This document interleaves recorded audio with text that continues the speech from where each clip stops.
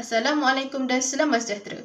Kami, Kumpulan Floss Flower, akan membentangkan mengenai kerjasama sekolah dan komuniti untuk menangani masalah ponteng. Ahli kumpulan kami terdiri daripada 4 orang, iaitu saya sendiri, Nurul Nafisha binti Mat Mesri, nombor matrik 286246, Gayatri anak perempuan Ravi 285310, Tang Zijing 286875 dan Syed Muhammad Adam 284518. Sekolah merupakan satu institusi penyebaran ilmu dan maklumat serta tempat mendidik generasi muda yang akan menerajui negara. Terdapat beberapa fungsi sekolah iaitu sebagai persediaan ke alam pekerjaan, menyumbang kepada kemajuan negara, ejen pelapisan dan pemilihan, mobiliti sosial dan ejen perubahan sosial. Sekolah merupakan satu institusi yang penting, namun begitu, gejala ponteng sekolah masih berlaku. Sekiranya hal ini tidak dibanteras, para pelajar akan keciciran pelajaran dan ia akan memberi impak yang buruk kepada negara. Sekarang saya akan bentangkan isu berkaitan masalah ponteng. Menurut laporan yang pernah dikeluarkan oleh Kementerian Pendidikan, peratus pelajar yang terpapar dengan gejala ponteng didapati semakin meningkat dari masa ke semasa, terutama bagi sekolah-sekolah di kawasan pantai. Oleh itu, wakil guru, wakil ibu bapa, wakil persatuan ibu bapa, dan guru iaitu PIPG, polis serta wakil masyarakat perlu menjadi anggota jawatan kuasa disiplin sekolah di sekolah-sekolah dalam usaha mengungkap berbagai insiden berkaitan masalah ponteng yang semakin meningkat dalam kalangan pelajar. Jika masalah ponteng sekolah tidak diselesaikan dengan baik, ini akan menjadi titik tolak kepada permasalahan yang lebih besar seperti gangsterisme, data, makrifat, laku, serta aktiviti-aktiviti tidak bermoral. Masalah ini berlaku tidak kira sama ada di pantai atau luar pantai, sekolah biasa ataupun sekolah berasrama penuh, karena sikap para pelajar sekarang kebanyakannya menjangkau pikiran kita. Itu saja daripada saya. Sekian, terima kasih. Hari ini saya akan menerangkan tentang hubung kait teori fungsionalisme dengan teori-teori yang telah diketengahkan ataupun yang telah dibentangkan di dalam perbentangan ini. Pertama sekali ialah faktor ibu bapa ataupun peranan ibu bapa. Hal ini kerana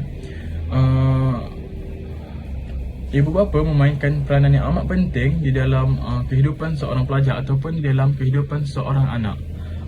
Selain itu, ibu bapa juga merupakan satu faktor terpenting di dalam keutuhan sebuah keluarga.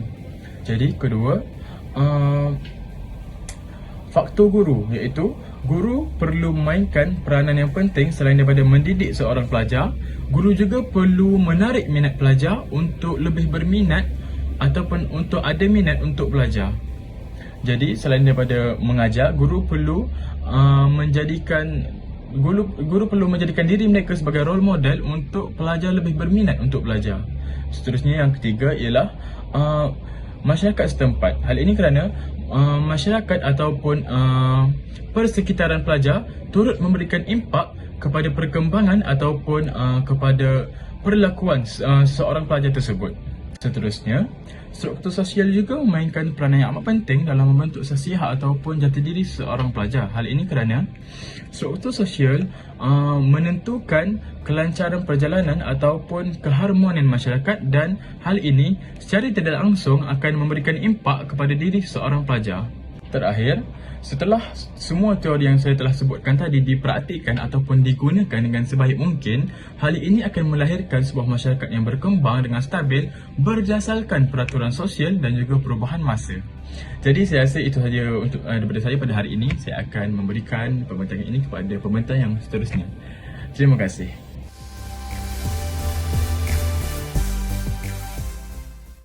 Penyelesaian bagi menangani masalah ponteng. Masalah ponteng ini boleh dibendung dengan peranan dan kerjasama pelbagai pihak seperti pihak ibu bapa, pihak sekolah, pihak media massa, rakan sebaya, masyarakat setempat dan sebagainya. Namun untuk kajian ini, tumpuan kami adalah terhadap 3 pihak saja, iaitu pihak ibu bapa, pihak sekolah dan masyarakat setempat. Pertama, sebagai ibu bapa, mereka perlu memberi perhatian kepada anak mereka sama ada dalam memberi kasih sayang ataupun perhatian terhadap pelajaran mereka. Ibu bapa seharusnya memainkan peranan bermula dari akar ubi bagi mencegah anak-anak mereka daripada ponteng sekolah. Mereka seharusnya memerhatikan gerak-gerik anak mereka dengan siapa anak mereka berkawan, kerap menghubungi pihak sekolah serta memeriksa beg sekolah anak mereka sebagai bukti sama ada anak mereka menghadiri ke sekolah ataupun tidak. Mereka juga harus meluangkan masa bersama anak mereka untuk mengetahui keadaan minda semasa anak mereka. Kedua, pihak sekolah pula berperanan dalam menetapkan undang-undang yang lebih berkesan di sekolah. Peraturan berkesan termasuk hukuman yang diberikan kepada pelajar yang terlibat dalam masalah ponteng. Hukuman perlu bertujuan untuk memberi kesedaran dan didikan kepada pelajar agar tidak mengulangi tingkah laku tersebut. Berdasarkan hukuman sedia ada yang diperhatikan di kebanyakan sekolah, ternyata hukuman berbentuk kekerasan dilihat tidak berkesan. Oleh itu, pihak sekolah boleh memberi hukuman seperti pelajar yang terlibat dalam ponteng harus menghadiri sesi kaunseling selama 3 hari berturut-turut, mewajibkan pelajar terlibat dalam program sukarelawan dan sebagainya. Namun, sekiranya pelajar mengulangi kesalahan yang sama setelah diberikan nasihat, maka pelajar perlu diberikan hukuman yang tidak boleh memberi kesan buruk yang berlebihan kepada pelajar tersebut. Ketiga, sebagai anggota masyarakat, kita hendaklah bersikap prihatin dengan menegur dan bertanya kepada pelajar jika kita ternampak mereka di luar sekolah pada waktu persekolahan berlangsung. Tetapi kita juga perlu menggunakan pendekatan yang berkesan untuk mendekati atau memberikan nasihat kepada pelajar yang memonteng. Sebagai contoh, kita boleh menasihati mereka dengan bertanya kenapa mereka memonteng sekolah. Selepas mendengar alasan mereka, kita boleh mencadangkan penyelesaian kepada mereka yang mungkin mempunyai masalah dalam pembelajaran. Antara penyelesaiannya yang boleh diberikan kepada mereka ialah mencadangkan mereka menyertai sekolah sukan yang membolehkan mereka tidak tertumpu kepada pengajian di kelas saja.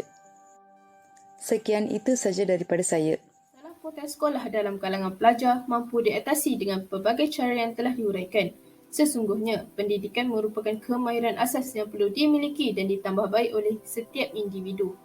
Hal ini kerana pendidikan boleh diibaratkan sebagai penyelesaian kepada rintangan dan cabaran dalam kehidupan.